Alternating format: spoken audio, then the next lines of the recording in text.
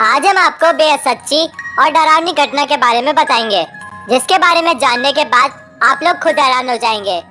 क्योंकि आज हम आपको एक 15 साल की लड़की जिसका नाम मारिया एस्टेफेनिया गुतरेज लाजारो था के साथ घटित एक सच्ची भूतिया घटना के बारे में बताएंगे, जिस पर एक मूवी भी बनी हुई है जिसमें इसकी सच्ची कहानी के साथ कुछ बदलाव किए गए हैं।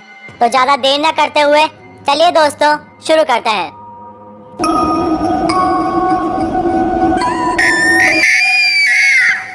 मारिया कॉन्सेपियोन लाजारो और मैक्सिमियो गुतरेज की बेटी थी। मारिया के 3 छोटे भाई बहन भी थे जो कि वैली के साउथ मैड्रिड में रहा करते थे।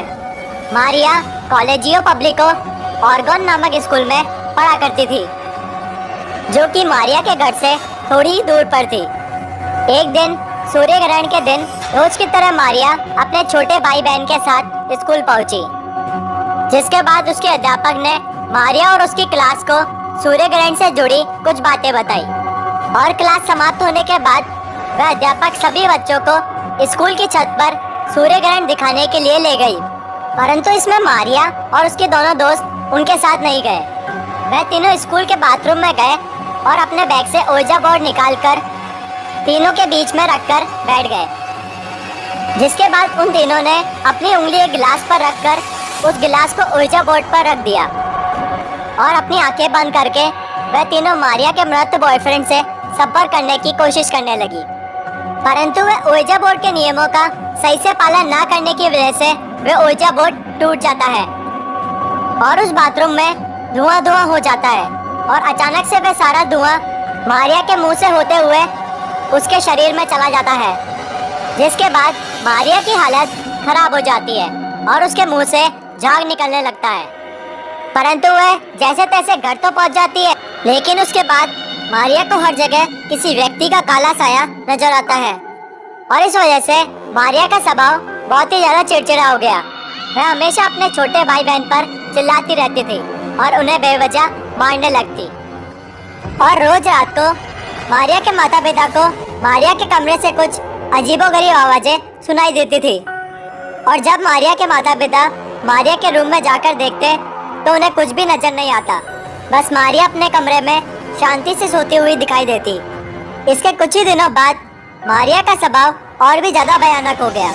वह हमेशा अलग अलग हरकतें करती पाई जाती थी।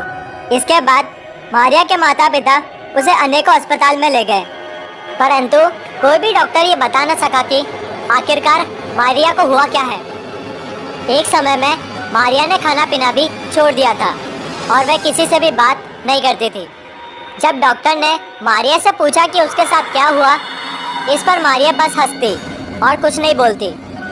इसके कुछ ही दिनों बाद एक दिन मारिया की हालत बहुत ज़्यादा खराब हो गई, जिसकी वजह से उसे ग्रेगोरिया मारनसोन नामक हॉस्पिटल में भर्ती कराया गया, जहां 14 जुलाई 1991 में मारिया की एक रहस्यमय तरीके से मौत हो गई। परंतु पोस्टमार्टम के बाद भी मारिया की मौत की वजह किसी को पता नहीं चली। और दूसरी तरफ मारिया के घर में उसके मरने से पहले होने वाली असामान्य घटनाएं उसकी मौत के बाद और भी ज्यादा होने लगी। घर के दरवाजे अपने आप खुलते और बंद हो जाते। मारिया के माता पिता ने बताया कि मारिया के मौत के बाद भी उसके कमरे से कुछ अजीबोगरीब आवाजें सुनाई देती है।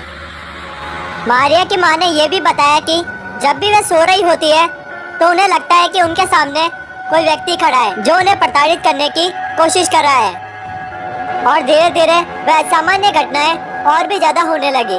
मारिया के परिवार वालों को हर समय किसी व्यक्ति का काला साया दिखाई देता था और रोज रात को मारिया के रूम का बिस्तर अपने आप बिखर जाता था। इसी के चलते 1 नवंबर 1993 को लिविंग रूम में दीवार पर लटकी मारिया की फोटो अचानक जल गई, परंतु जो हिस्सा जला वह सिर्फ मारिया के चेहरे का चित्रण था, जबकि ना तो फ्रेम को कोई नुकसान पहुंचा और ना ही आसपास पड़ी चीजों को। इसी घटना के बाद मारिया का परिवार बहुत ज्यादा डर गया।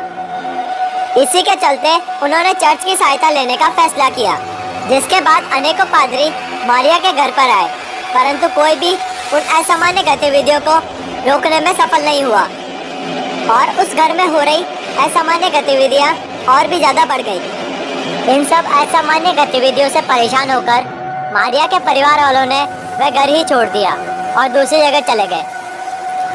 और आज भी मारिया का परिवार उन सभी असामान्य गतिविधियों को याद करके सहम जाता है।